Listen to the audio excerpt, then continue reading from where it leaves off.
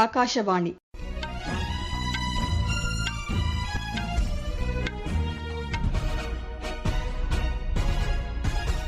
செய்திகள் வாசிப்பவர் லட்சுமி ராகவன். தலைப்புச் செய்திகள். நாடு முழுவதும் பொது விநியோக திட்டத்தில் பயன்பெறும் 80 கோடி மக்களுக்கு அடுத்த 5 மாதங்களுக்கு இலவசமாக உணவு தானியங்கள் வழங்கப்படும் என்று பிரதமர் திரு நரேந்திர மோடி கூறியுள்ளார். பிரதமரின் உணவு தானியம் வழங்கும் திட்டத்துடன் ஒரே நாடு ஒரே ரேஷன் அட்டை திட்டமும் விரிவாக செயல்படுத்தப்படும் என்று மத்திய உணவு அமைச்சகம் கூறியுள்ளது. நாட்டு மக்களின் நலனை பாதுகாப்பதில் பிரதமர் திரு நரேந்திர மோடி அர்ப்பணிப்புடன் செயல்படுவதாக மத்திய உள்துறை அமைச்சர் திரு அமித் ஷா, பிஜேபி தலைவர் திரு ஜே பி நட்டா மற்றும் மத்திய அமைச்சர்கள் பாராட்டு தெரிவித்துள்ளனர்.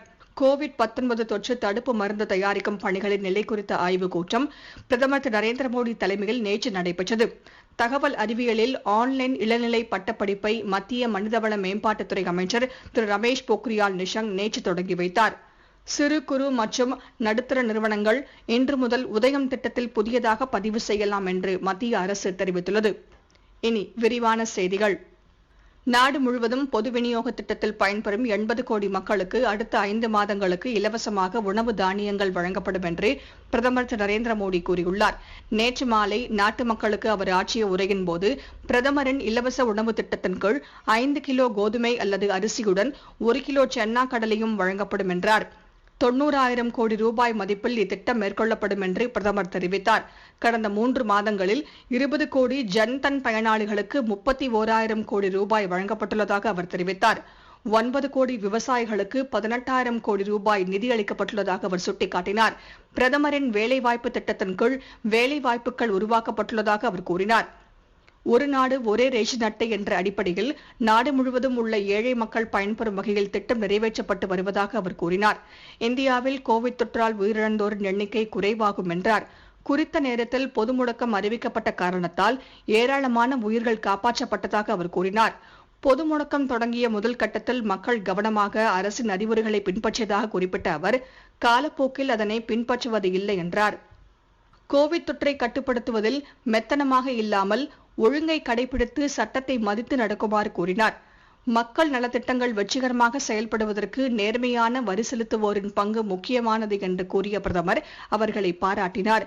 பொது முடக்க விலக்கை செயல்படுத்தினாலும் மக்கள் தொடர்ந்து நோய் தொற்று குறித்து எச்சரிக்கையுடன் இருக்க வேண்டும் என்றார். விவசாயிகளும் தங்களது கடமைகளை செய்ததற்கு பிரதமர் பாராட்டுக்களை தெரிவித்தார். உள்ளூரில் தயாரிக்கப்படும் பொருட்களை வாங்குவதில் மக்கள் ஆர்வம் காட்ட வேண்டும் என்று அவர் வலியுறுத்தினார்.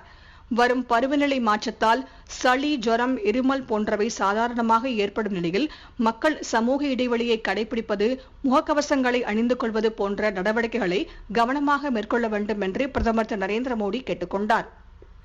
ஏழை மக்களுக்கு இலவச உணவு தானியங்கள் வழங்கும் திட்டம் நவம்பர் மாதம் வரை நீட்டிக்கப்பட்டுள்ளதற்கு மத்திய உள்துறை அமைச்சர் திரு அமித் ஷா பாராட்டு தெரிவித்துள்ளார்.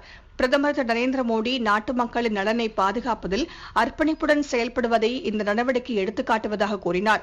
இந்த திட்டங்களை செயல்படுத்துவதற்கு வரி செலுத்துவோரின் பங்கு முக்கியம் என்று கூறிய அவர் தவறாமல் வரி செலுத்துவோருக்கு நன்றி தெரிவித்துக் கொண்டார். கோவிட் தொற்று காலத்தில் யாரும் பட்டினியாக கிடக்கவில்லை என்று அவர் குறிப்பிட்டார். இதற்கு தொலைநோக்கு பார்வையுடன் பிரதமர் செயல்படுத்திய திட்டங்கள்தான் காரணம் என்றும் திரு அமித் ஷா குறிப்பிட்டார்.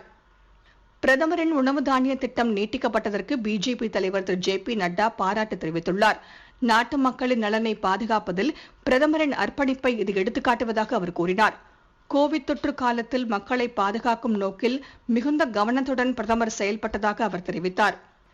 பிரதமரின் உணவு தானியம் வழங்கும் திட்டம் நீட்டிக்கப்பட்டதால் மக்களுக்கு உணவு பாதுகாப்பு உறுதி செய்யப்பட்டுள்ளதாக மத்திய தகவல் ஒலிபரப்புத்துறை அமைச்சர் திரு பிரகாஷ் ஜவடேகர் தெரிவித்துள்ளார். ஒருவரும் பட்டினியாக இருக்கக்கூடாது என்ற அடிப்படையில் இத்திட்டம் செயல்படுத்தப்பட்டுள்ளதாக அவர் கூறினார்.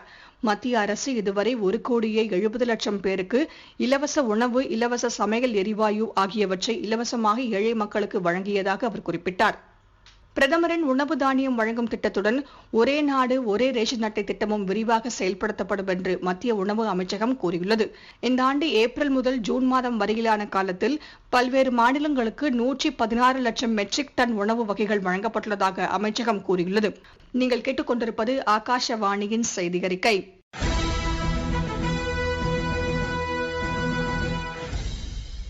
முன்னெச்சரிக்கையாக இருப்போம், கோவிட்-19 தவிர்ப்போம். சோப்பை பயன்படுத்தி அடிக்கடி கைகளை கழுவ வேண்டும். கைகளை கழுவாமல் கண், மூக்கு மற்றும் வாய்ப்பகுதியை தொட வேண்டாம். பொது இடங்களில் எச்சில் துப்ப வேண்டாம். இருமல், தும்மல் வரும்போது கைக்குட்டை அல்லது டிஷ்யூ பேப்பரால் வாய்ப்பகுதியை மூட வேண்டும். காய்ச்சல் மற்றும் சுவாச கோளாறு ஏற்பட்டால் மருத்துவரை அணுக வேண்டும். முகக்கவசத்தை அணிந்து கொண்டு மருத்துவரை சந்திக்க வேண்டும். காய்ச்சல் மற்றும் இருமலால் பாதிக்கப்படுவோர் பிறருடன் நெருங்கி பழகுவதை தவிர்க்க வேண்டும். கோவிட்-19 தொடர்பான கூடுதல் தகவல்களை பெற தேசிய அளவில் 1075 மற்றும் 0113-2397-8046 என்ற தொலைபேசி எண்ணையும், மாநில அளவில் 0429510500 என்ற எண்ணையும் தொடர்பு கொள்ள வேண்டும். புதுதில்லி எய்ம்ஸ் மருத்துவமனையில் இதுகுறித்த தகவல்களை வழங்குவதற்காக 99187651 என்ற எண் அறிவிக்கப்பட்டுள்ளது. NCOV2019@gov.in என்ற மின்னஞ்சல் மூலமாகவும் கோவிட்-19 குறித்த தகவல்களை அறிந்து கொள்ளலாம். அரசின் அறிவுரைகளை பின்பற்றி கோவிட்-19 பரவலை தடுப்போம். கோவிட்-19 தொற்று தடுப்பு மருந்து தயாரிக்கும் பணிகளின் நிலை குறித்த ஆய்வுக் கூட்டம் பிரதமர் திரு நரேந்திர மோடி தலைமையில் நேற்று நடைபெற்றது. மருத்துவ விநியோக கட்டமைப்பு, தொற்று நோய் தாக்கக்கூடிய மக்கள் வாழும் பகுதிகளை முதன்மைப்படுத்துதல், தனியார் அமைப்புகள் மற்றும் சமூக நல ஆர்வலர்களுடன் ஒருங்கிணைந்து பணியாற்றுவது போன்ற அம்சங்கள் இக்கூட்டத்தில் ஆய்வு செய்யப்பட்டன. இந்த நடவடிக்கைகள் அனைத்தையும் மேற்கொள்வதற்கு அதிகாரிகள் விரிவான திட்டம் தயாரிக்குமாறு அவர் கேட்டுக் கொண்டார். தடுப்பு மருந்து தயாரிப்பு எந்த நிலையில் உள்ளது என்பது குறித்தும் பிரதமர் திரு நரேந்திர மோடி கேட்டறிந்தார். தமிழகத்தில் கோவிட்-19 தொற்றுக்கு குணமடைந்தோர் எண்ணிக்கை 50,074 அதிகரித்துள்ளது என்று மாநில மக்கள் நல்வாழ்வுத்துறை கூறியுள்ளது.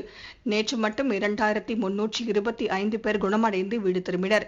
மாநிலத்தில் நேற்று மட்டும் 3,943 பேருக்கு கோவிட்-19 தொற்று உறுதியாகியுள்ளது. இதில் சென்னையில் மட்டும் 2,393 பேர் புதிதாக பாதிக்கப்பட்டுள்ளனர். இதையடுத்து மாநிலத்தில் தற்போது சிகிச்சை பெற்று வருவோரின் எண்ணிக்கை 38,889 உயர்ந்துள்ளது.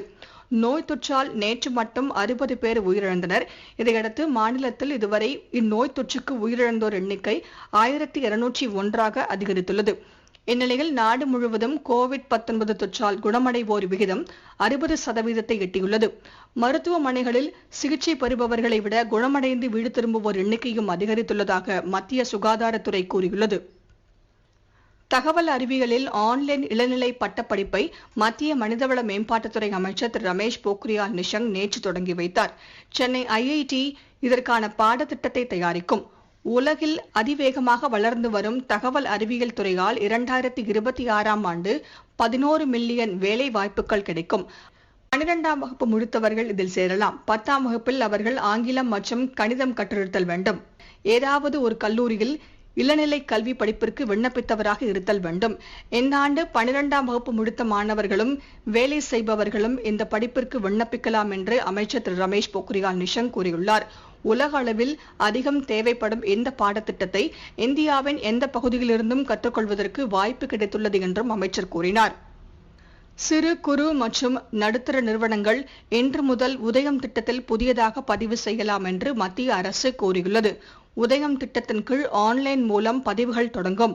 முற்றிலும் சுய உறுதியின் கீழ் ஆதார் எண்ணின் அடிப்படையில் பதிவு செய்யலாம். www.udayamregistration.gov.in என்ற இணையதளத்தில் இலவசமாக பதிவு செய்து கொள்ளுமாறு அரசு கூறியுள்ளது. எளிமையாக வர்த்தகம் செய்யும் நடைமுறையில் அரசு இந்த நடவடிக்கையை மேற்கொண்டுள்ளது. பதிவு செய்யும் நடைமுறைகள் மிகவும் எளிமையான முறையில் அனைவரும் புரிந்து கொள்ளும் வகையில் அமைந்துள்ளதாக அரசு கூறியுள்ளது.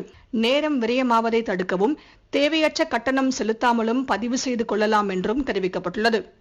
மீண்டும் தலைப்புச் செய்திகள். நாடு முழுவதும் பொது விநியோக திட்டத்தில் பயன்பெறும் 80 கோடி மக்களுக்கு அடுத்த 5 மாதங்களுக்கு இலவசமாக உணவு தானியங்கள் வழங்கப்படும் என்று பிரதமர் திரு நரேந்திர மோடி கூறியுள்ளார். பிரதமரின் உணவு தானியம் வழங்கும் திட்டத்துடன் ஒரே நாடு ஒரே ரேஷன் அட்டை திட்டமும் விரிவாக செயல்படுத்தப்படும் என்று மத்திய உணவு அமைச்சகம் கூறியுள்ளது. நாட்டு மக்களின் நலனை பாதுகாப்பதில் பிரதமர் திரு நரேந்திர மோடி அர்ப்பணிப்புடன் செயல்படுவதாக மத்திய உள்துறை அமைச்சர் திரு அமித் ஷா, பிஜேபி தலைவர் திரு JP நட்டா மற்றும் மத்திய அமைச்சர்கள் பாராட்டு தெரிவித்துள்ளனர். கோவிட்-19 தொற்று தடுப்பு மருந்து தயாரிக்கும் பணிகளின் நிலை குறித்த ஆய்வுக் கூட்டம் பிரதமர் திரு நரேந்திர மோடி தலைமையில் நேற்று நடைபெற்றது. தகவல் அறிவியலில் ஆன்லைன் இளநிலை பட்டப்படிப்பை மத்திய மனிதவள மேம்பாட்டுத்துறை அமைச்சர் திரு ரமேஷ் பொக்ரியால் நிஷாங்க் நேற்று தொடங்கி வைத்தார். சிறு குறு மற்றும் நடுத்தர நிறுவனங்கள் இன்று முதல் உதயம் திட்டத்தில் புதியதாக பதிவு செய்யலாம் என்று மத்திய அரசு தெரிவித்துள்ளது. இத்துடன் இந்த செய்தி அறிக்கை நிறைவு பெற்றது. எமது செய்திகளை உடனுக்குடன் அறிந்து கொள்ள AIR News_சென்னை என்ற ட்விட்டர் பக்கத்திலும், செய்தி தொகுப்புகளை all India radio news Chennai என்ற யூடியூப் சேனலிலும் அறிந்து கொள்ளலாம்.